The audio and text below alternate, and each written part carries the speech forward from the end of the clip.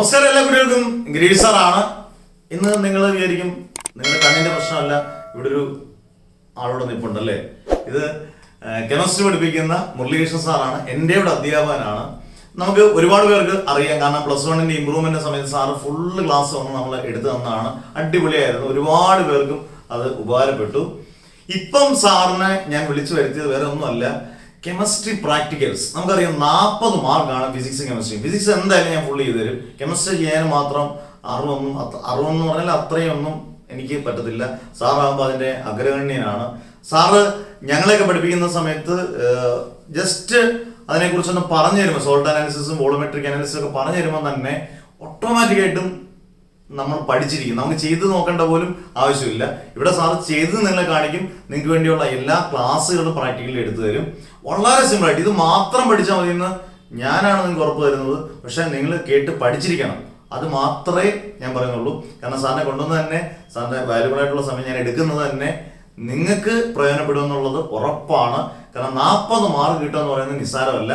പിന്നെ സാറ് ആലപ്പുഴ തിരുവമ്പാടി സ്കൂളിൽ higher secondary അധ്യാപകനായിട്ട് പഠിപ്പിച്ചതാണ് കെമിസ്ട്രി. സാർ റിട്ടയർ ആയി, കഴിഞ്ഞ വർഷം റിട്ടയർ ആയി സാറ്. അന്നേരം 30 വർഷത്തെ ടീച്ചിങ് എക്സ്പീരിയൻസ് ഉള്ള ഒരു അധ്യാപകനാണ്. അന്നേരം അത്രമാത്രം പെർഫെക്റ്റ് ആയിട്ട് സാർ എല്ലാ കാര്യങ്ങളും പറഞ്ഞു തരും. നിങ്ങൾ ജസ്റ്റ് ഒന്ന് കേൾക്കുക, അതൊന്ന് പോയി പഠിക്കുക. കറക്റ്റ് പരീക്ഷയ്ക്ക് വൈവേക്ക് വരുന്ന ക്വസ്റ്റ്യൻസ് ഉൾപ്പെടെ സാറ് നല്ല പെർഫെക്റ്റ് ആയിട്ട് പറയും. കാരണം സാറ് പരീക്ഷ ചീഫായിട്ടൊക്കെ വർക്ക് ചെയ്തിട്ടുള്ളതാണ്. അന്നേരം ഇതിക്കുള്ളിൽ ഞാൻ ഇനി സാറിനെ കുറിച്ച് പറയാൻ ആവശ്യമില്ല. അന്നേരം ഇനി നിങ്ങൾക്ക് കെമിസ്ട്രി പ്രാക്ടിക്കലിന് വേണ്ടിയുള്ള ഒന്നു മുതലുള്ള എല്ലാ കാര്യങ്ങളും പട്ടക്കനായിട്ട് സാർ പറഞ്ഞു തരും. എന്നിട്ട് നിങ്ങൾ ക്ലാസ് ഒന്ന് കേൾക്കുക. നല്ല അടിപൊളിയായിട്ട് നല്ല 100% പവറിൽ അങ്ങോട്ട് പ്രാക്ടിക്കൽ ചെയ്യാൻ പോകുക, ഒരു ടെൻഷനും ഇല്ലാതെ. അന്നേരം സാർ നിങ്ങൾക്ക് വേണ്ടി ക്ലാസ് എടുക്കുന്നതായിരിക്കും. അത് ഞാൻ ഇവിടുന്ന് കഴിഞ്ഞ് പോവാം. Scooter bye bye, see you. Okay.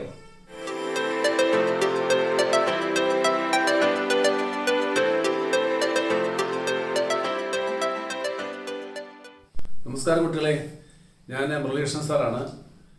എൻ്റെ സബ്ജക്റ്റ് കെമിസ്ട്രിയാണ്. ഗിരീഷ് സാറിനെ പരിചയപ്പെടുത്തിയിട്ടുണ്ട്. കൂടാതെ കുറേ കുട്ടികൾക്ക് എന്നെ അറിയാം. കാരണം ഗിരീഷിൻ്റെ ഫിസിക്സ് ക്ലാസ്സിൽ ഞാനിവിടെ വന്ന് ഫസ്റ്റ് ഇയറിൻ്റെ ഇമ്പ്രൂവ്മെൻറ്റ് ക്ലാസ് നിങ്ങൾക്ക് എല്ലാവർക്കും വേണ്ടി എടുത്തിട്ടുണ്ടായിരുന്നു. അപ്പോൾ അങ്ങനെ കുറേ പിള്ളേർക്ക് എന്നെ പരിചയമുണ്ട്. അതുകൂടാതെ എനിക്ക് സ്വന്തമായിട്ട് കെമിസ്ട്രിയുടെ ഒരു ചാനലേ ഉണ്ടായിരുന്നു, വീഡിയോ ക്ലാസ്സൊക്കെ ഉണ്ടായിരുന്നു. അതിൽ നിങ്ങൾ കുറേ കുട്ടികൾ ജോയിൻ ചെയ്തിട്ടുണ്ട്. അപ്പോൾ അവർക്കും എന്നെ പരിചയം ഉണ്ടാവും. പക്ഷേ അതിനുശേഷം വന്ന കുട്ടികൾക്ക് എന്നെ പരിചയമില്ല. അപ്പോൾ അവർക്ക് വേണ്ടി ഞാനൊന്ന് പരിചയപ്പെടുത്തുകയാണ്. ഞാൻ കഴിഞ്ഞ 30 വർഷമായിട്ട് ഈ അധ്യാപക വൃത്തിയിൽ ഞാൻ ജോലി ചെയ്യുന്നുണ്ട്. കൂടാതെ ഞാൻ ഒരു ഹയർ സെക്കൻഡറി അധ്യാപകനായിരുന്നു, കഴിഞ്ഞ വർഷം റിട്ടയർഡ് ആയത്. അപ്പോൾ എല്ലാ കുട്ടികൾക്കും, പ്രത്യേകിച്ചും സയൻസ് പഠിക്കുന്ന കുട്ടികൾക്കെല്ലാം തന്നെ തിയറി എക്സാം നിങ്ങൾക്ക് ഒരു ചെറിയ പേടി ഉണ്ടാവും. അതേപോലെ തന്നെ പേടിയാണ് നമുക്ക് തീർച്ചയായിട്ടും ഈ പ്രാക്ടിക്കലുമായിട്ട് ബന്ധപ്പെട്ട കാര്യങ്ങൾ. ഈ വർഷം പ്രത്യേകിച്ച് നമുക്കറിയാം, കോവിഡൊക്കെ ആയതുകൊണ്ട് പല സ്കൂളിലും പ്രാക്ടിക്കൽ വേണ്ടവർ നടന്നിട്ടില്ല. അത് അധ്യാപകർക്കായാലും കുട്ടികൾക്കായാലും ടെൻഷനുണ്ട്. കാരണം അധ്യാപകർക്കാണെങ്കിൽ അവർക്ക് വേണ്ട പോലെ ചെയ്യാൻ കുട്ടികൾക്ക് കൊടുക്കാൻ പറ്റിയിട്ടില്ല. നിങ്ങളെ സംബന്ധിച്ചാണെങ്കിൽ നിങ്ങൾക്ക് വേണ്ടത്ര ഒരു ക്ലാസ് എടുക്കാനോ അല്ലെങ്കിൽ കിട്ടാനോ ഉള്ള അവസരം ഉണ്ടായിട്ടില്ല. അങ്ങനെ എല്ലാം കൊണ്ടും പ്രശ്നമുള്ളൊരു വർഷമാണിത്. പക്ഷേ എന്നാൽ പോലും നമുക്ക് എക്സാം ഉണ്ടാവും. കെമിസ്ട്രിക്ക് ആകുമ്പോൾ 40 മാർക്കിൻ്റെ എക്സാമാണുള്ളത്. ഫിസിക്സിനൊക്കെ 40 മാർക്കാണ്. ഒരു കുട്ടിയുടെ ഗ്രേഡ് നിശ്ചയിക്കുന്ന ഏറ്റവും പ്രധാനപ്പെട്ട പങ്ക് വഹിക്കുന്നത് നമ്മുടെ പ്രാക്ടിക്കലിൻ്റെ മാർക്കാണ്. നിങ്ങൾക്ക് എല്ലാവർക്കും അറിയാം അല്ലേ? അപ്പോൾ ഈ 40 മാർക്ക് നിങ്ങൾ വിചാരിച്ചാൽ ഈസി ആയിട്ട് മേടിക്കാൻ സാധിക്കും. അതിന് കാരണം വേറൊന്നുമല്ല, നമ്മൾ ഈ പ്രാക്ടിക്കൽ ക്ലാസ് എന്ന് പറയുമ്പോൾ തീർച്ചയായിട്ടും നിങ്ങൾ കുറച്ചുകൂടെ ഒന്ന് തിയറിയൊക്കെ ഒന്ന് പഠിച്ചിട്ട് പോകണം. കെമിസ്ട്രിയുടെ ഈ പ്രാക്ടിക്കലിൻ്റെ തിയറി അതൊക്കെ ഒന്ന് പഠിച്ചുകൊണ്ട് പോവുകയും ഒക്കെ ചെയ്യുകയാണെങ്കിൽ തീർച്ചയായിട്ടും നിങ്ങൾക്ക് 40 മാർക്ക് കിട്ടുന്നത് ഉറപ്പാണ്. അപ്പോൾ ഇന്ന് എൻ്റെ ഈ ക്ലാസ് എന്ന് പറയുന്നത് നിങ്ങൾ ഈ 40 മാർക്ക് കിട്ടാൻ ആവശ്യമായിട്ടുള്ള ചില ട്രിക്സുകളും അതെങ്ങനെയാണ് നിങ്ങൾ പ്രയോഗിക്കേണ്ടത് എന്നൊക്കെയുള്ള കുറേ കാര്യങ്ങൾ എന്നെക്കൊണ്ട് ചെയ്യാവുന്ന മാക്സിമം ഞാൻ നിങ്ങൾക്ക് വേണ്ടി ചെയ്യാൻ പോകണം. അപ്പോൾ ഗിരീഷ് എന്ന് പറയുന്ന അധ്യാപകൻ തീർച്ചയായിട്ടും എൻ്റെ സ്റ്റുഡൻ്റാണ്. അപ്പോൾ എന്നോട് പറയുമ്പോൾ തീർച്ചയായും നോ എന്ന് പറയാൻ പറ്റില്ല. കാരണം ഞങ്ങളമ്മേ അതുപോലെ ഒരു ആത്മബന്ധം ഞങ്ങൾക്കുണ്ട്. അപ്പോൾ അതുകൊണ്ട് തന്നെ ഇന്നത്തെ ഈ ക്ലാസ് എന്ന് പറയുന്നത് വളരെ ഇൻഫോർമേറ്റീവ് ആയിരിക്കും. പ്രാക്ടീസ് ഒന്നും ചെയ്യാത്തവർ പോലും എൻ്റെ ഈ ക്ലാസ് നിങ്ങൾ ശ്രദ്ധിച്ച് കേൾക്കുക. ഞാൻ പറയുന്ന കാര്യങ്ങൾ അതേപോലെ ചെയ്യുകയാണെങ്കിൽ നിങ്ങൾക്ക് നല്ല മാർക്ക് സ്കോർ ചെയ്യാൻ സാധിക്കും. 40 മാർക്ക് മേടിക്കാൻ സാധിക്കും. കൂടാതെ ഈ വർഷം നിങ്ങളുടെ തിയറി എക്സാം, തിയറി പോർഷൻ തോന്നുന്നു കുറേ പോർഷൻ കട്ട് ചെയ്തിട്ടുണ്ടായിരുന്നു. അപ്പോൾ അതേപോലെ തന്നെ പ്രാക്ടിക്കലിൻ്റെ പോർഷൻ നമ്മൾ കഴിഞ്ഞ പ്രാവശ്യത്തെ വെച്ച് നോക്കുമ്പോൾ കുറേ പോർഷൻ കട്ടിയിട്ടുണ്ട്. അപ്പം അതുകൊണ്ട് തന്നെ ആ ഫോക്കസ് ഏരിയ ബേസ്ഡ് മാത്രം നിങ്ങൾ പഠിച്ചാൽ മതിയാവും. അതല്ലാതെ വേറെ ഒന്നും നോക്കേണ്ട ആവശ്യമില്ല. പിന്നെ രണ്ടാമത് ടെൻഷൻ ഒഴിവാക്കുക. മനസ്സിലായില്ലേ? എല്ലാ അർത്ഥത്തിലും നമുക്കറിയാം കോവിഡുമായിട്ട് ബന്ധപ്പെട്ട് ഒരുപാട് പ്രശ്നങ്ങളുള്ള വർഷമായത്.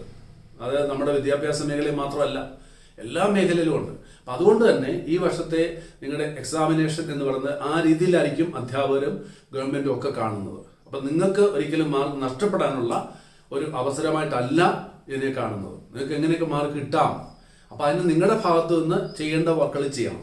അപ്പം അതിനു വേണ്ടിയുള്ള ഒരു ഹെൽപ്പാണ് ഇന്ന് നമ്മളിവിടെ ചെയ്യാൻ പോകുന്നത്. അപ്പം ഞാൻ പറഞ്ഞതിൻ്റെ അർത്ഥം നിങ്ങൾക്ക് മനസ്സിലാക്കാമെന്ന് വിശ്വസിക്കുന്നു. ഓക്കെ, അപ്പോൾ നമ്മൾ പ്രാക്ടിക്കലുമായിട്ട് ബന്ധപ്പെട്ട കാര്യങ്ങളിലേക്ക് കടക്കാൻ പോകണം. ഓക്കെ, അപ്പോൾ ഇതിനെ സംബന്ധിച്ച് പറയുമ്പോൾ നമ്മൾ പ്രധാനമായിട്ട് ലാബിൽ കയറി കഴിയുമ്പോൾ പ്രധാനമായിട്ട് നമുക്ക് 3 ഭാഗങ്ങളാണ് ഉള്ളത്.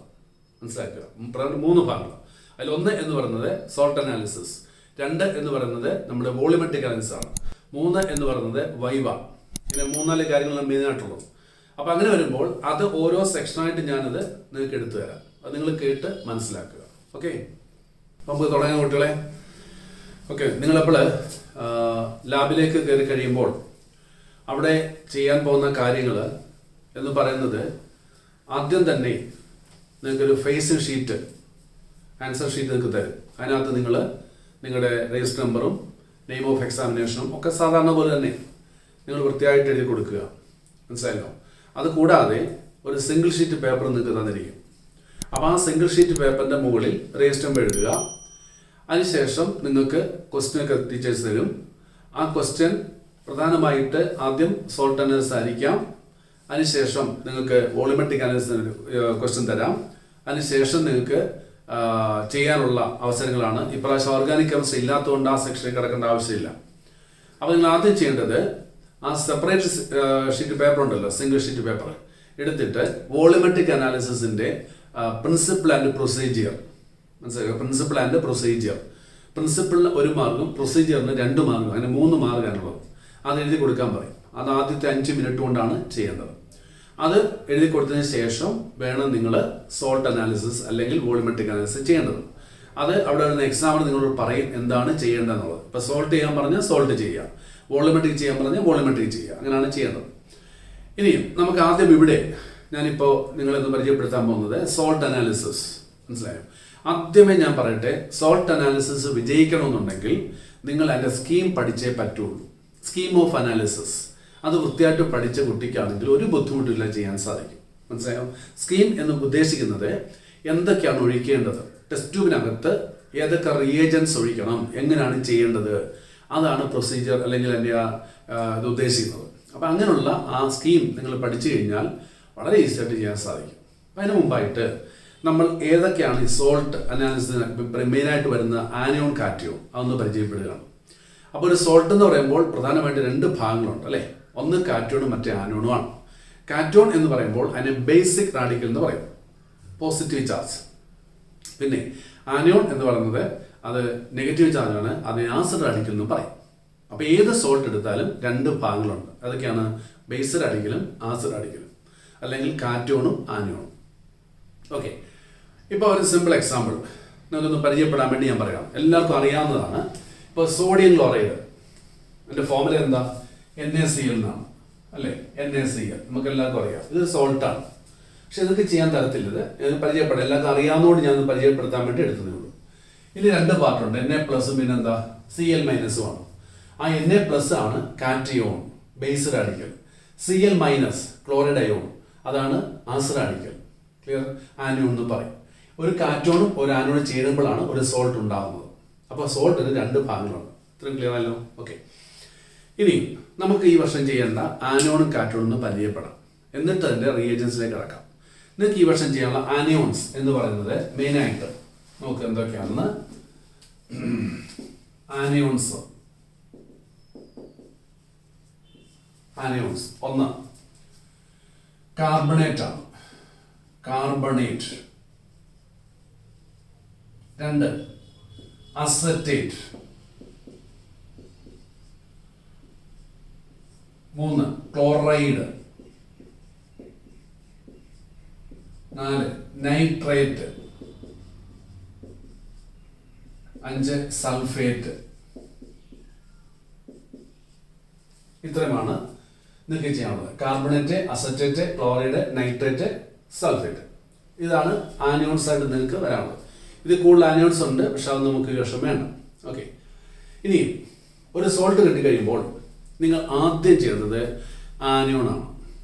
ആനിയോൺ ചെയ്തിട്ട് കാറ്റോൺ ചെയ്യാവുള്ളൂ. മനസ്സിലല്ലോ? ആനിയോൺ ചെയ്യുമ്പോൾ ഏത് സോൾട്ടിനെ ആദ്യം ആനിയോൺ ചെയ്തിട്ട് കാർബണേറ്റ് ആണ്. ആ കാർബണേറ്റ് ഉണ്ടെങ്കിൽ എന്ന് പറഞ്ഞാൽ അത് പ്രസന്റ് ആണെങ്കിൽ പിന്നെ താഴോട്ടൊന്നും ചെയ്യേണ്ടി വരത്തില്ല.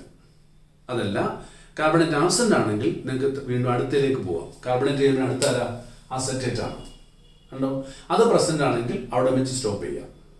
അത് ആബ്സെന്റ് ആണെങ്കിൽ അടുത്ത ക്ലോറൈഡ് ചെയ്യണം.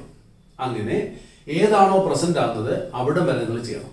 ഇപ്പം ചില കുട്ടികൾക്ക് സൾഫേറ്റ് ആയിരിക്കും കിട്ടുന്നത്. അപ്പം നിങ്ങൾ കാർബണേറ്റ് ചെയ്തു, അസറ്റേറ്റ് ചെയ്തു, ക്ലോറൈഡ് ചെയ്തു, നൈട്രേറ്റ് എല്ലാം ആബ്സെന്റ് ആയിരിക്കും. ഏറ്റവും അവസാനമായിരിക്കും സൾഫേറ്റ് പ്രസന്റ് ആവുന്നത്. ക്ലിയർ ആയല്ലോ? അപ്പം അങ്ങനെ ഏത് പ്രസന്റ് ആകുന്നോ അവിടം വരെ നിങ്ങൾ ചെയ്തു നോക്കണം. അത് കഴിഞ്ഞിട്ട് വേണം കാറ്റോണിലേക്ക് കടക്കാനായിട്ട്. ഓക്കെ, ഇനി നമ്മൾ ഈ ആനോണിന്റെയും കാറ്റോണിന്റെയും ആയിക്കോട്ടെ, ആ ടെസ്റ്റ് നമ്മൾ പ്രധാനമായിട്ട് 2 ഭാഗങ്ങളുണ്ട്. ഒന്ന് പ്രസന്റ് ടെസ്റ്റ് എന്ന് പറഞ്ഞാൽ ഈ ആനോൺ ഉണ്ടോ ഇല്ലയോ എന്നുള്ളത്. 2 കൺഫർമേറ്റഡ് ടെസ്റ്റ് എന്ന് പറഞ്ഞാൽ 100% ഉറപ്പിക്കുക അത് തന്നെയാണ് എന്നുള്ളത്. അങ്ങനെ 2 ഭാഗങ്ങളുണ്ട് കേട്ടോ. ഇനി എങ്ങനെയാണ് ഈ കാർബണേറ്റ് ടെസ്റ്റ് നമ്മൾ ചെയ്യുന്നത്? അപ്പം നമുക്ക് ചെയ്യാനായിട്ട് റിയേജന്റ് വേണമല്ലോ. അത് സാധാരണ ഉപയോഗിക്കുന്നത് ഡൈലൂട്ട് ഹൈഡ്രോക്ലോറിക് ആസിഡാണ്. അപ്പം ടെസ്റ്റ് ട്യൂബ് എടുത്തിട്ട് തന്നിരിക്കുന്ന സോൾട്ട് അല്പം എടുക്കുക. മൊത്തം എടുക്കരുത് കേട്ടോ, കുറച്ച് എടുക്കാവുള്ളൂ, ബാക്കി നമുക്ക് ചെയ്യാൻ വേണം. അപ്പോൾ തന്ന സോൾട്ട് ലേശം എടുത്താൽ മതി. ആ സ്പാറ്റില വെച്ചെടുത്ത് നമുക്ക് ഇടാൻ സാധിക്കും. അതിനകത്തോട്ട് അല്പം ഡൈലൂട്ട് എസ്എൽ ഒഴിക്കുക. അപ്പം നമ്മൾ ഒന്ന് എഴുതാൻ പോവാണ്, അത് പരിചയപ്പെടാൻ വേണ്ടി കേട്ടോ. അപ്പം എന്തൊക്കെയാണിത്? Salt plus dilute HCl. മനസ്സിലാക്കുക, സോൾട്ട് പ്ലസ് ഡൈലൂട്ട് HCl. ഇതാണ് റിയേജന്റ്. ഞാനിത് പ്രൊസീജർ എഴുതാൻ പഠിപ്പിക്കുകയല്ല, റിയേജൻസ് പഠിപ്പിക്കുകയാണ്, എന്തൊക്കെയാണ് നമുക്ക് വേണ്ടതെന്നുള്ളത്. ഇത്രയും ചെയ്യുമ്പോൾ അതിനകത്ത് നിന്ന് കിട്ടുന്നത് ബ്രിസ്ക് എഫർവസൻസ് എന്ന് പറയും. ബ്രിസ്ക് എഫർവസൻസ്, അത് ഓർത്തിരിക്കുക. ഓക്കെ,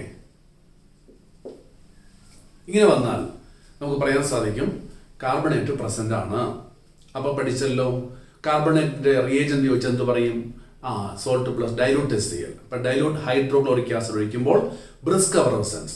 പല കുട്ടികൾക്ക് അറിയില്ലേ ബ്രിസ്ക് എഫർവസൻസ് എന്താണ്? ഒന്നുമില്ല, വളരെ സിമ്പിളാണ്. നിങ്ങളെ ഈ സോഡ കുപ്പി മേടിച്ചിട്ട് സോഡ വെള്ളം അടച്ചു വെച്ചേക്കല്ലേ ബോട്ടിൽ, നിങ്ങളൊന്ന് തുറക്കുമ്പോൾ സൗണ്ടൊക്കെ കേൾക്കും. പിന്നെ കാണുന്ന കാഴ്ച എന്താ? അതിനകത്ത് നിന്ന് ഇങ്ങനെ ജോലി വരും അല്ലേ, ബബിൾസ് പ്രൊഡ്യൂസ് ചെയ്യും. അതാണ് എഫർവസൻസ് എന്ന് പറയും, ബ്രിസ്ക് എഫർവസൻസ് എന്ന് പറഞ്ഞവരാണ്. നമ്മൾ ഡൈലൂട്ട് HCl ഒഴിക്കുമ്പോൾ ആ സൊല്യൂഷനകത്ത് ധാരാളം ബബിൾസ് പ്രൊഡ്യൂസ് ചെയ്താൽ അതാണ് ബ്രിസ്ക് എഫർവസൻസ്. അങ്ങനെ ഉണ്ടെങ്കിൽ വേറെ ആരുമല്ല, കാർബണേറ്റ് ആണ്. സപ്പോസ് അതില്ലാന്നിരിക്കട്ടെ, അങ്ങനെ ഒരു സംഭവം ഇല്ലാത്ത നമുക്ക് ഉണ്ടാക്കാൻ പറ്റില്ലല്ലോ. അപ്പം നിങ്ങൾ എന്ത് ചെയ്യണം? ആ കളഞ്ഞിട്ട് ആ ടെസ്റ്റ് വന്ന് വാഷ് എടുക്കുക. വീണ്ടും നിങ്ങൾ അടുത്ത ചെയ്യാൻ പോകണം. എന്താണ്? അസറ്റേറ്റ് ആണ്. അസറ്റേറ്റ് സാധാരണ ചെയ്യുമ്പോൾ, രാവിലെ കംപ്ലീറ്റ് ചെയ്യുമ്പോൾ കൈവെള്ളം ചെയ്യാനാണ് പറയുന്നത്. കൈവെള്ളയിലോട്ട് തന്ന സോൾട്ട് ലേശം എടുക്കുക. എന്നിട്ട് അതിനകത്തോട്ട് നമ്മൾ ഡൈലൂട്ട് സൾഫ്യൂരിക് ആസിഡ്, ആ സോൾട്ടിനകത്തോട്ട് ഡൈലൂട്ട് സൾഫ്യൂരിക് ആസിഡ് ഒഴിച്ച് നല്ലോണം റബ്ബ് ചെയ്യുക. ഇങ്ങനെ നല്ലോണം റബ്ബ് ചെയ്യണം. റബ്ബ് ചെയ്തിട്ട് പതുക്കെ ഒന്ന് മണപ്പിച്ച് നോക്കുക. മണപ്പിക്കുമ്പോൾ സ്മെൽ ഓഫ് വിനാഗിരി അതിൻ്റെ സ്മെല്ല് കിട്ടുകയാണെങ്കിൽ തീർച്ചയായിട്ടും അസറ്റേറ്റ് ആയിരിക്കും. വിനാഗിരിയുടെ സ്മെൽ അറിയാൻ വയ്യാത്തവർ അവിടെ അസറ്റിക് ആസിഡ് കുപ്പി കാണും, ജസ്റ്റ് ഒന്ന് മണപ്പിച്ച് നോക്കിയാൽ ആ സ്മെല്ല് നമുക്ക് വളരെ പരിചയപ്പെടാൻ സാധിക്കും. പിന്നെ ഇതിനോടൊപ്പം എനിക്ക് കാര്യം പറയാനുള്ള വേറൊന്നുമല്ല, ഡൈലൂട്ട് സൾഫ്യൂരിക് ആസിഡ് ഒഴിക്കേണ്ടത്. കോൺസെൻട്രേറ്റ് അവിടെ ഇരിപ്പുണ്ടാവും, മനസ്സിലാക്കുക, ലാബിൽ ഇരിപ്പുണ്ട്. അത് കോരി ആരും കയ്യിൽ ഒഴിക്കരുത്. കാര്യം എന്താ? കോൺസെൻട്രേറ്റ് ഒഴിച്ചു കഴിഞ്ഞാൽ ഉറപ്പായിട്ടും കൈ പൊള്ളിപ്പോള്ള ചാൻസ് ഉണ്ട്. മനസ്സിലായി, അത് വലിയൊരു അപകടത്തിലേക്ക് മാറും. അതുകൊണ്ട് ഒഴിക്കുമ്പോൾ ആ കുപ്പിയുടെ പുറത്ത് ലേബൽ ഒന്ന് വായിച്ചു നോക്കുക, എന്താണ് എഴുതിയേക്കുന്നത്. ഡൈലൂട്ട് സൾഫ്യൂരിക് ആസിഡ് ആണെങ്കിൽ മാത്രമേ നിങ്ങൾ ഒഴിക്കാവുള്ളൂ. ഓക്കെ, അപ്പം അടുത്ത എന്താണ്? സോൾട്ട് വീണ്ടും എടുക്കുന്നു, പ്ലസ് ഡൈലൂട്ട് സൾഫ്യൂരിക് ആസിഡ്. ഇതാണ് റിയേജന്റ്. അപ്പോൾ സ്മെൽ ഓഫ് വിനീഗർ, കണ്ടോ? സ്മെൽ ഓഫ് വിനീഗർ അത് കിട്ടുകയാണെങ്കിൽ നമുക്ക് പറയാൻ സാധിക്കും the given salt contain acetate anion. Clear ആയല്ലോ? അപ്പോൾ 2 റിയേജന്റ് പഠിച്ചു കഴിഞ്ഞു. ഒന്നാമത്തെ carbonated dilute HCl, 2 acetated dilute sulphuric acid. Rub ചെയ്താൽ മതി. ഓക്കെ, ഇനി അടുത്തത് ക്ലോറൈഡിന്റെ ആണ്. ക്ലോറൈഡ് എന്ന് പറയുമ്പോൾ വളരെ ഇമ്പോർട്ടൻ്റ് റിയേജന്റ് ഒരു ആസിഡ് റാഡിക്കലാണിത്. അവിടെ നമ്മൾ എടുക്കേണ്ടതെന്ന് അറിയാമോ, ടെസ്റ്റിനകത്തോട്ട് തന്ന സോൾട്ട് അല്പം എടുക്കുക. ഓക്കെ, എടുത്തതിന് ശേഷം അതിനകത്തോട്ട് കോൺസെൻട്രേറ്റഡ് സൾഫ്യൂരിക് ആസിഡ് ഒഴിക്കുക. എന്താണ് കോൺസെൻട്രേറ്റഡ് സൾഫ്യൂരിക് ആസിഡ് ഒഴിച്ച ശേഷം ജസ്റ്റ് ഒന്ന് ഹീറ്റ് ചെയ്യുക. ഹീറ്റിന് ശേഷം ഒരു ഗ്ലാസ് റോഡ് അമോണിയ ഹൈഡ്രോക്സൈഡ് മുക്കിയിട്ട് അതിൻ്റെ മൗത്തിലേക്ക് കാണിക്കണം. അതിനകത്ത് മുക്കുകയല്ല വേണ്ടത്, മനസ്സിലാക്കുക. അമോണിയ ഹൈഡ്രോക്സൈഡ് മുക്കിയ ഗ്ലാസ് റോഡ് ടെസ്റ്റ് ട്യൂബിൻ്റെ മൗത്തിലേക്ക് കാണിക്കുക. കാണിക്കുമ്പോൾ നമുക്ക് എന്ത് കിട്ടാം? തിക്ക് വൈറ്റ് ഫ്യൂംസ് ഉണ്ടാവുകയാണെങ്കിൽ the given salt contain chloride ion.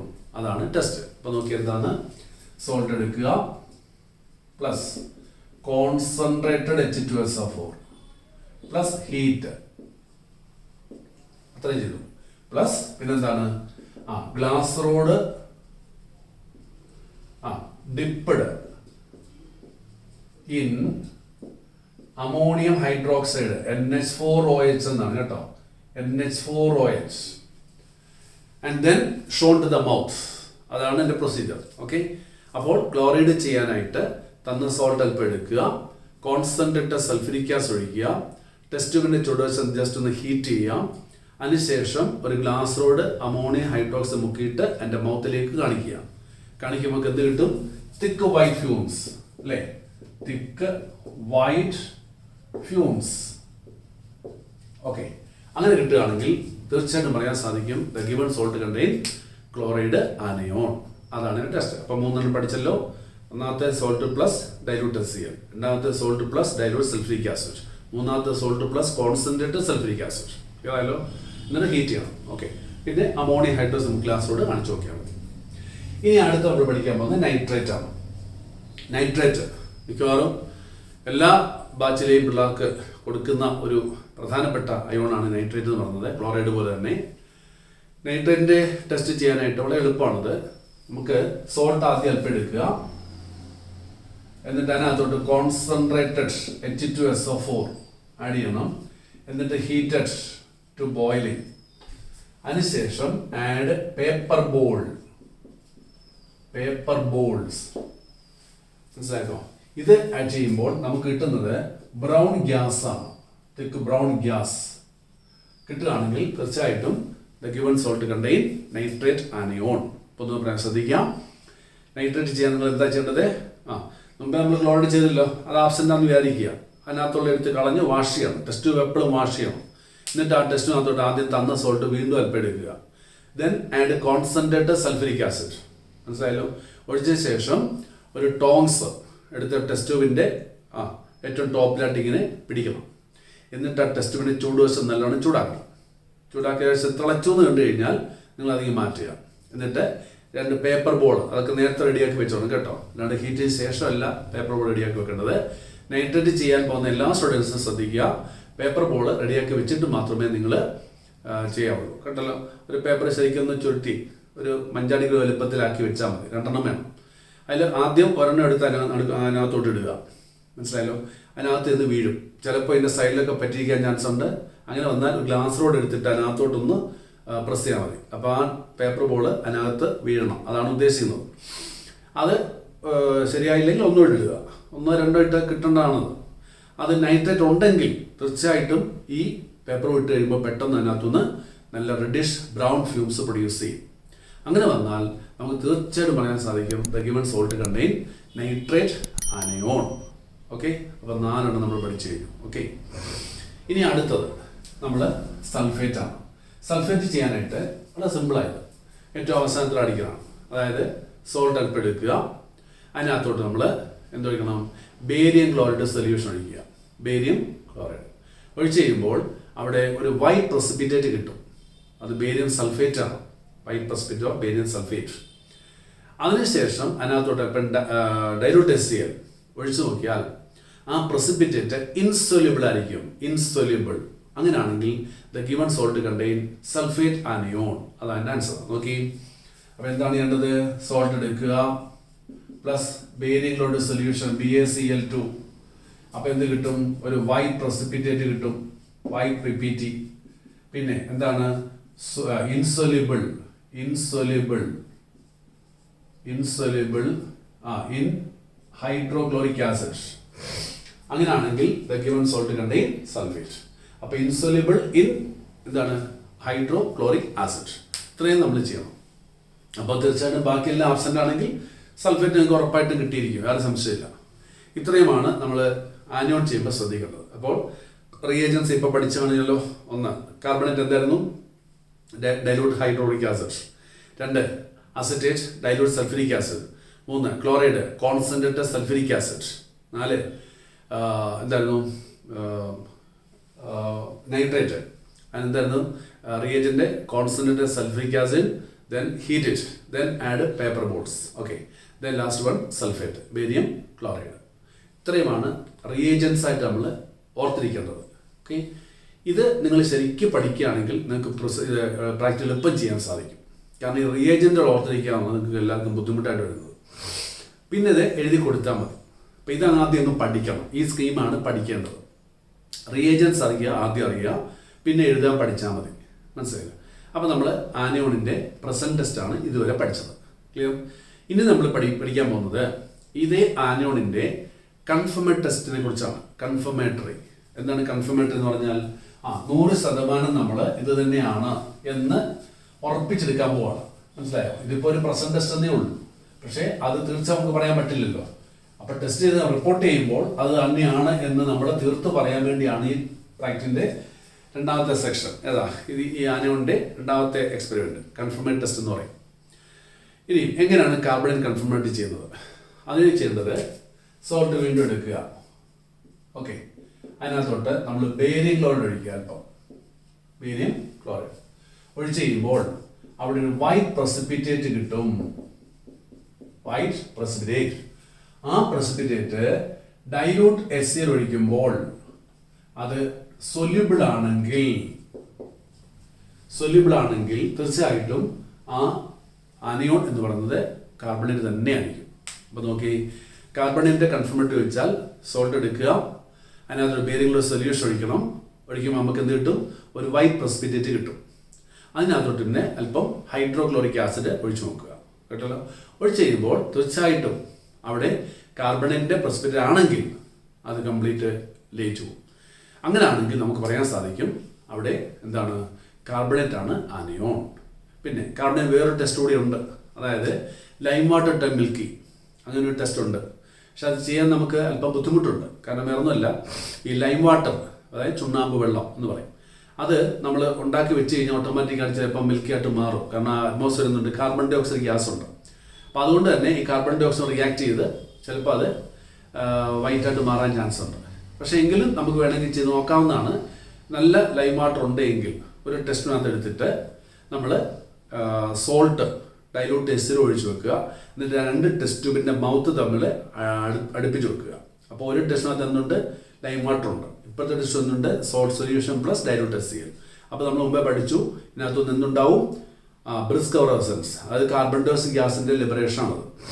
ഈ വരുന്ന കാർബൺ ഡൈ ഓക്സൈഡ് ഗ്യാസ് ഈ ലൈം വാട്ടർ കൂടി കടന്നു പോകും. എന്നിട്ട് അടച്ചു പിടിച്ച് നല്ലോണം ഷേക്ക് ചെയ്യാം. അപ്പോൾ ആ ലൈം വാട്ടർ പെട്ടെന്ന് മിൽക്കായിട്ട് മാറും. കാരണം ഇതിനകത്ത് ലൈം വാട്ടർ കാൽസ്യം ഹൈഡ്രോക്സൈഡാണ്. വരുന്ന ഗ്യാസ് ആര? കാർബൺ ഡൈ ഓക്സൈഡാണ്. ഇവർ നമ്മൾ റിയാക്ട് ചെയ്യുമ്പോൾ കാൽസ്യം കാർബണേറ്റിൻ്റെ പ്രസിപ്പിറ്റേറ്റ് ഫോം ചെയ്യും. അങ്ങനെയാണ് അത് നിറം വൈറ്റായിട്ട് മാറുന്നത്. മനസ്സിലായി? മിൽക്കായിട്ട് മാറുന്നത്. അപ്പോൾ അത് നിങ്ങൾക്ക് ചെയ്യേണ്ടി വരത്തില്ല. ഉണ്ടെങ്കിൽ തന്നെ എഴുതി വെച്ചാൽ മതിയാവും. ചെയ്യാൻ ബുദ്ധിമുട്ട് ഇതുകൊണ്ടാണ് കേട്ടോ. ഓക്കെ, ഇത് നമുക്ക് ചെയ്ത് നോക്കാം. ഏതാ?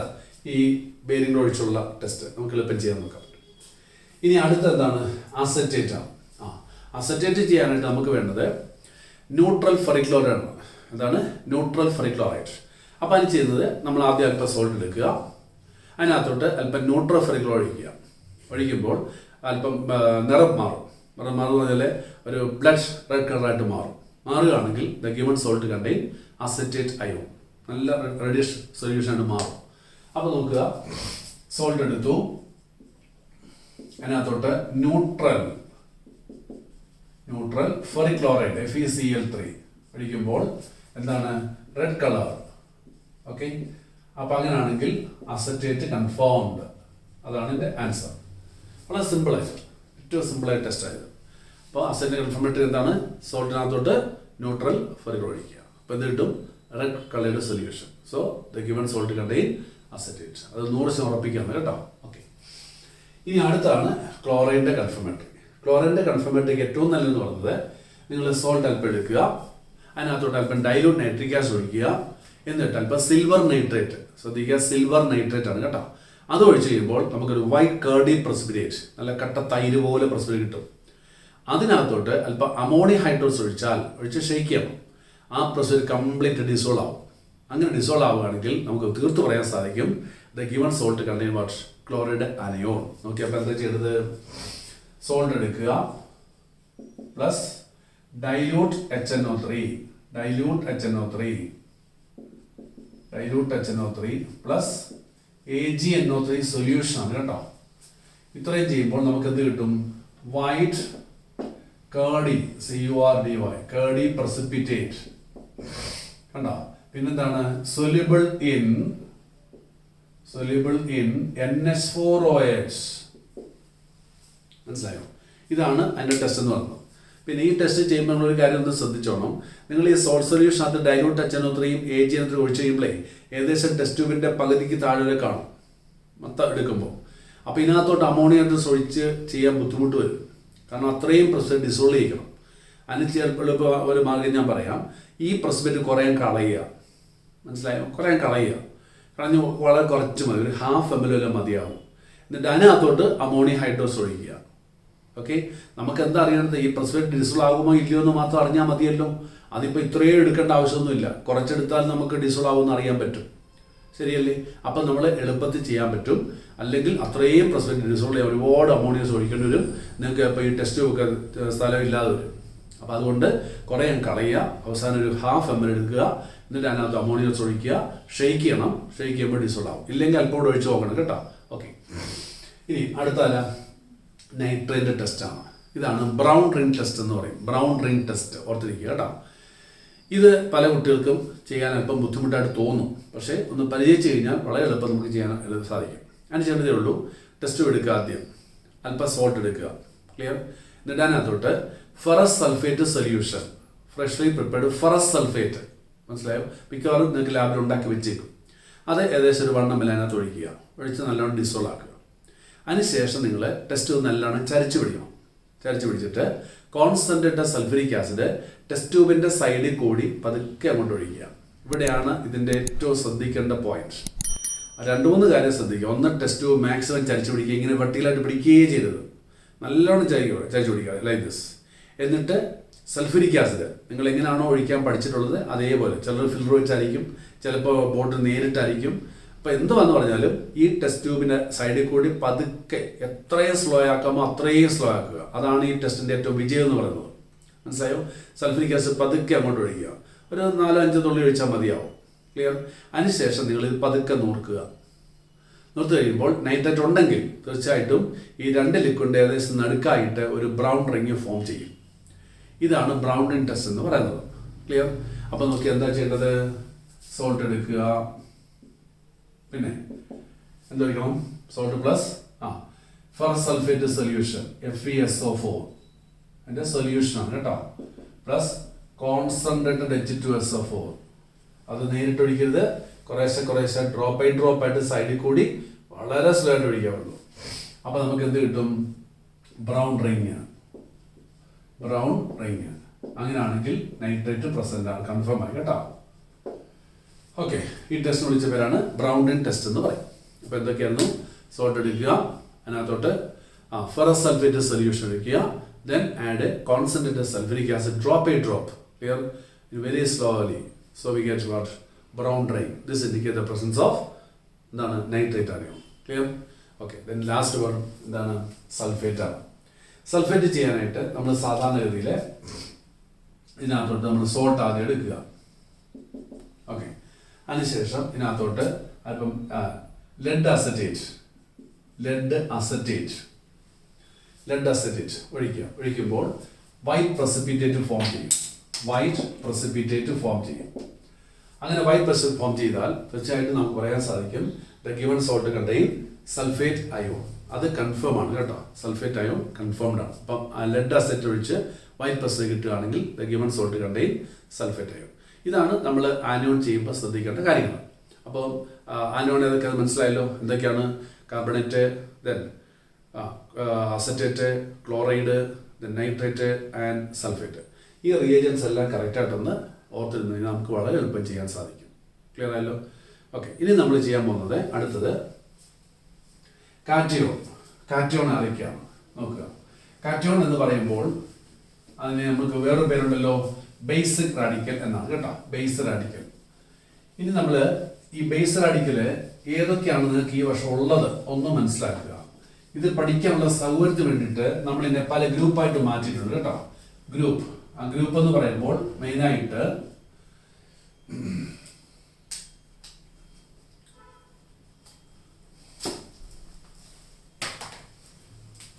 നോക്കുക. ഗ്രൂപ്പ് എന്ന് പറയുമ്പോൾ മെയിനായിട്ടുള്ളത് 0 ഗ്രൂപ്പ് ഉണ്ട്, ഫസ്റ്റ് ഗ്രൂപ്പ് ഉണ്ട്, സെക്കൻഡ് ഉണ്ട്, തേർഡ് ഉണ്ട്, ഫോർത്ത് ഉണ്ട്, ഫിഫ്ത്ത് ഉണ്ട്, സിക്സ്ത് ഉണ്ട്.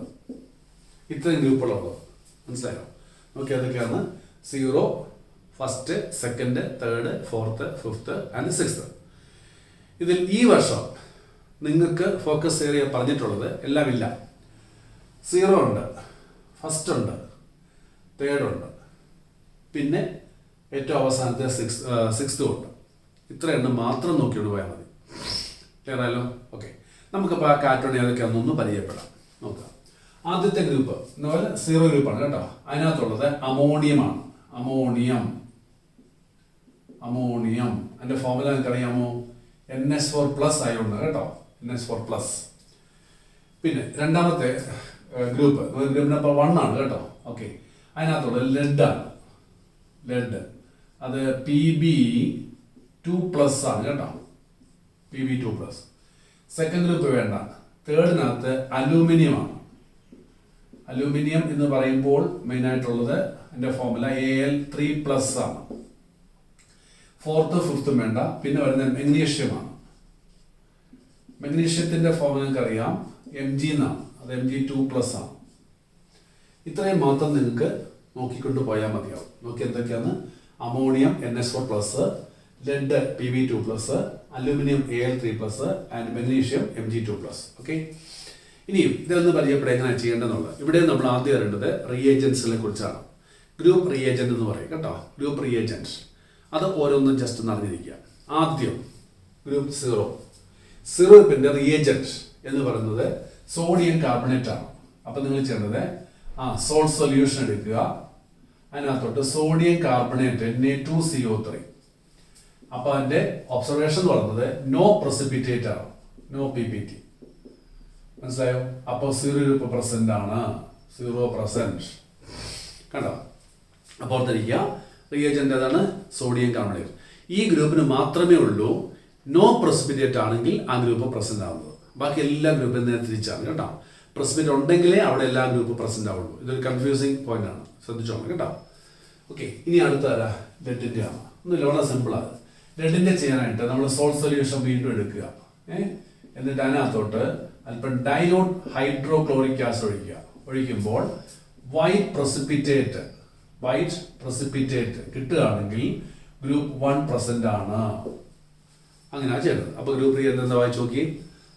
സോൾട്ട് സൊല്യൂഷൻ അതോടെ എന്തൊഴിച്ചു? ഡൈലൂട്ട് ഹൈഡ്രോക്ലോറിക് ആസിഡ് ഒഴിക്കുക. ക്ലിയർ? ഒഴിച്ച് കഴിയുമ്പോൾ എന്തായിട്ട് മാറും? White precipitate.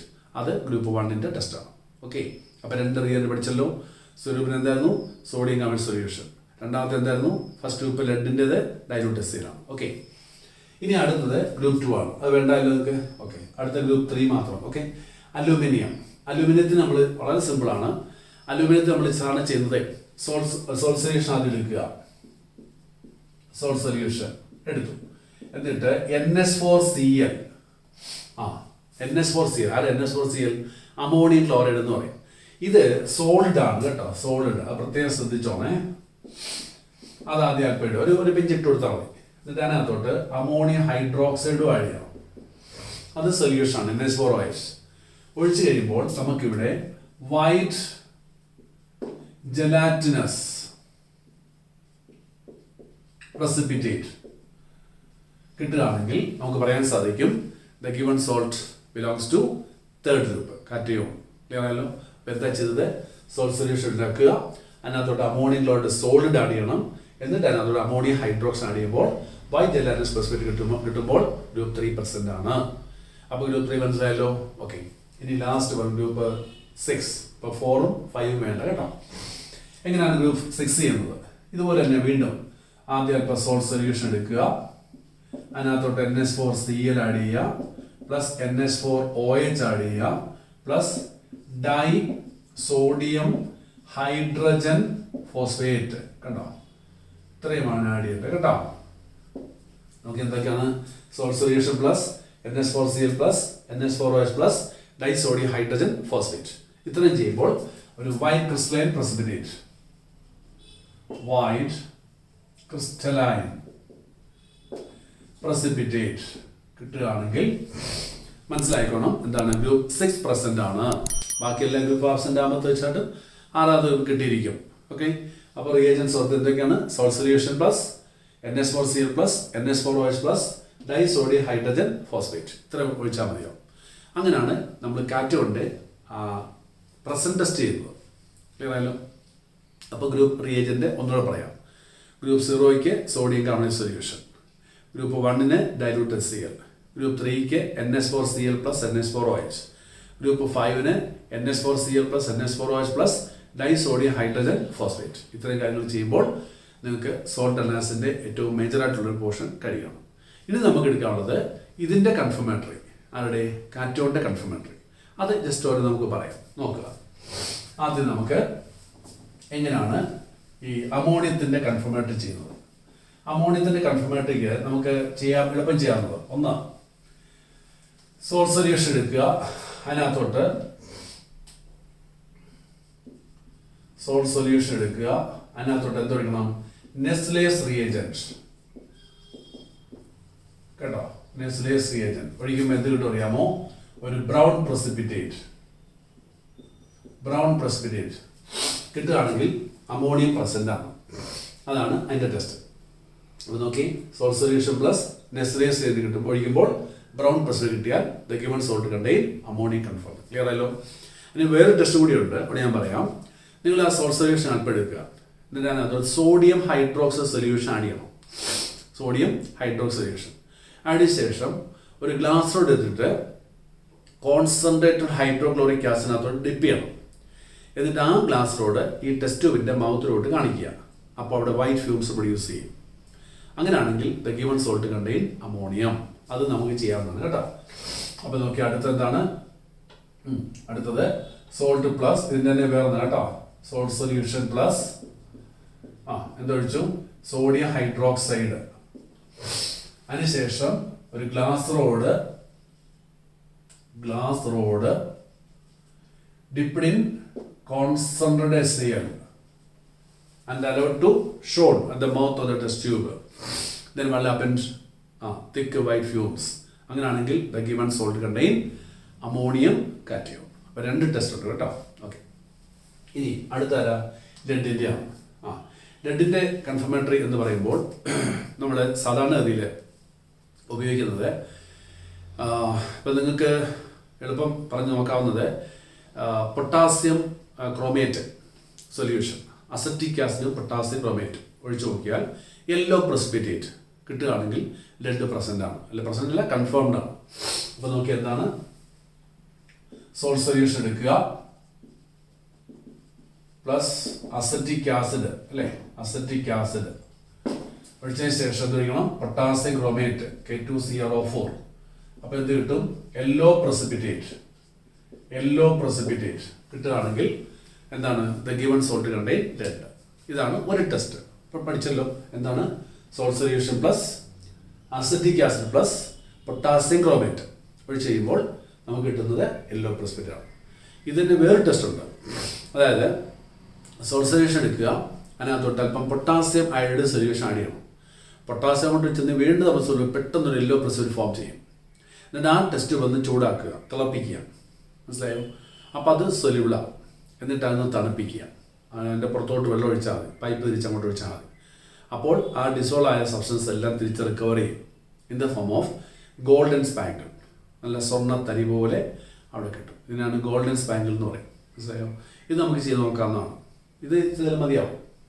അപ്പോൾ ഗോൾഡൻ സ്പാങ്കിൾ ടെസ്റ്റ് നമുക്ക് ചെയ്യാം. അങ്ങനെയാണ് സോൾട്ട് സൊല്യൂഷനകത്തോട്ട് പൊട്ടാസ്യം അയോഡൈഡ് സൊല്യൂഷൻ ഒഴിക്കുക, എന്നിട്ടാണ് heated to boiling then cold by adding cold water. Okay, so we get what golden spangle.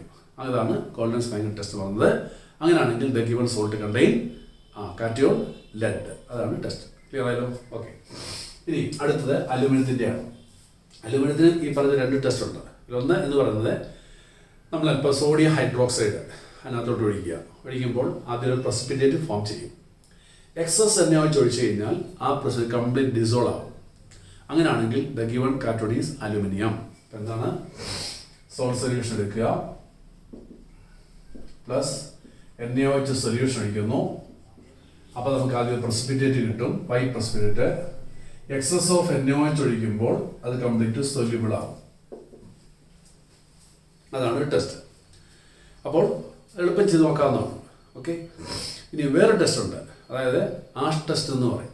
Ash test അത് നിങ്ങൾ ചെയ്യാനായിട്ട് തന്ന സോൾട്ട് ഒരല്പം നിങ്ങൾ എടുക്കുക ടെസ്റ്റിനകത്തോട്ട്, അതൊന്ന് സൊല്യൂഷൻ ആക്കുക. അതിനുശേഷം അതിനകത്തോട്ട് ഒരല്പം കോൺസെൻട്രേറ്റഡ് നൈട്രിക് ആസിഡ് ഒഴിച്ചതിന് ശേഷം നിങ്ങൾ കുറച്ച് കൊബാൾട്ട് ക്ലോറൈഡ്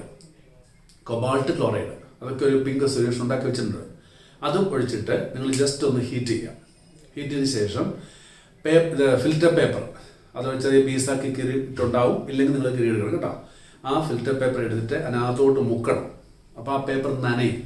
ആ നനഞ്ഞ പേപ്പർ നിങ്ങൾ തീയത്ത് കാണിക്കുക. കുറച്ച് സമയം വെച്ച് കഴിയുമ്പോൾ അത് ഓട്ടോമാറ്റിക്കായിട്ട് ബേൺ ചെയ്യും.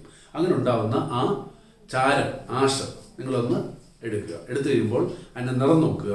ആ നിറം നോക്കുക, ശരിക്കും പറഞ്ഞാൽ ഒരു ബ്ലൂ ടിൻ്റ് ആഷായിരിക്കും കിട്ടുന്നത്. അങ്ങനെ കിട്ടുന്ന ആ ആഷ് നോക്കിയിട്ട് നമുക്ക് പറയാൻ സാധിക്കും തന്നിരിക്കുന്ന കാറ്റയോൺ അലുമിനിയം ആണ് എന്ന് തീർത്ത് പറയാൻ സാധിക്കും. അതാണ് ആഷ് ടെസ്റ്റ് എന്ന് പറയുന്നത്. അപ്പോൾ ആഷ് ടെസ്റ്റ് മനസ്സിലായല്ലോ? എങ്ങനെയാണ്?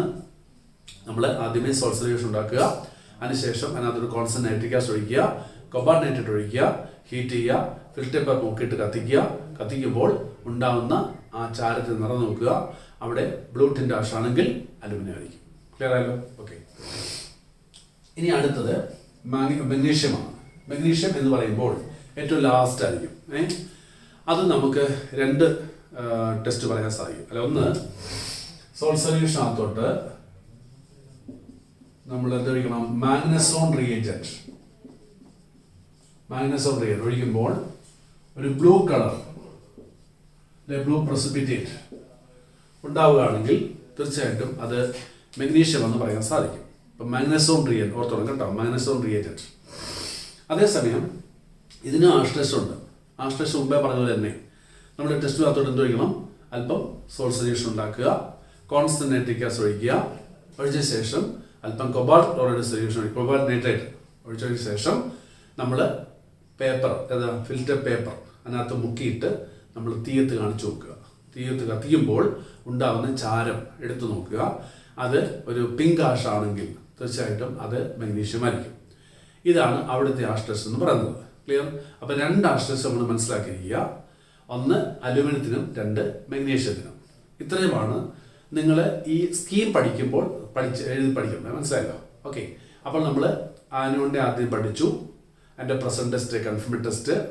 പിന്നെ രണ്ടാമത് നമ്മൾ പഠിച്ചത് കാറ്റോണിൻ്റെ പ്രസന്റ് ടെസ്റ്റ് കൺഫർമഡ് ടെസ്റ്റ്. ഇത്രയും ക്ലിയർ ആയല്ലോ? അപ്പോൾ ഇത് നിങ്ങൾ എഴുതി നോക്കുക. എഴുതാന്ന് പറഞ്ഞാൽ ഇപ്പം ഞാൻ ഈ എഴുതുപോലെ തന്നെ ഓരോ അയോണിൻ്റെയും പേരങ്ങോട്ട് എഴുതുക. ക്ലിയർ? എന്നിട്ട് അതിനാവശ്യമായ റിയേജൻറ്റുകൾ എന്തൊക്കെയാണ് വേണ്ടത് അത് നിങ്ങൾ മനസ്സിലാക്കുക. ഇത്രയും കാര്യങ്ങൾ സ്കീം ഒന്ന് പഠിച്ചു കഴിഞ്ഞാൽ നമുക്ക് ഈസി ആയിട്ട് സോൾട്ട് എഴുതി കൊടുക്കാൻ സാധിക്കും. അതാണ് നിങ്ങൾ ആദ്യം ശ്രദ്ധിക്കേണ്ടത്. അപ്പോൾ സ്കീം പഠിച്ചെങ്കിലേ നിങ്ങൾക്കിത് വിജയിക്കാൻ പറ്റുള്ളൂ. അതുകൊണ്ടാണ് ഞാൻ ആദ്യം സ്കീം നിങ്ങൾക്ക് പറഞ്ഞു തരുന്നത്. ക്ലിയർ ആയല്ലോ? അപ്പോൾ സ്കീം പഠിക്കണം, എഴുതി തന്നെ പഠിക്കണം കേട്ടോ. ഇതുപോലെ എഴുതി പഠിക്കണം. ആ റിയേജൻറ്റുകൾ ഏതൊക്കെയാണെന്ന് വ്യക്തമായിട്ട് മനസ്സിലാക്കുക. ഇത് ഉപയോഗിച്ചായിരിക്കും വൈവായിക്ക് നിങ്ങൾക്ക് ക്വസ്റ്റ്യൻസ് ചോദിക്കുന്നത്. അതുകൊണ്ട് സ്കീം ശരിക്കും പഠിച്ചിട്ട് പോയെങ്കിൽ മാത്രമേ നിങ്ങൾക്കത് പ്രയോജനപ്പെടുത്തുള്ളൂ. ഓക്കെ.